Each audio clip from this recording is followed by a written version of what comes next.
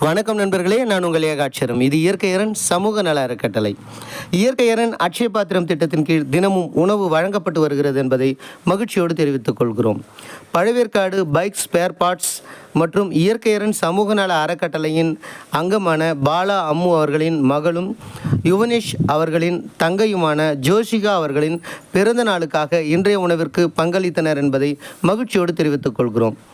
இயற்கையரன் சமூக நல அறக்கட்டளையின் சார்பாக ஜோசிகா அவர்களுக்கு இனிய பிறந்தநாள் வாழ்த்துக்களை தெரிவித்துக் கொள்கிறோம். நீங்கா புகழோடு வாழ்க வளமுடன். நன்றி.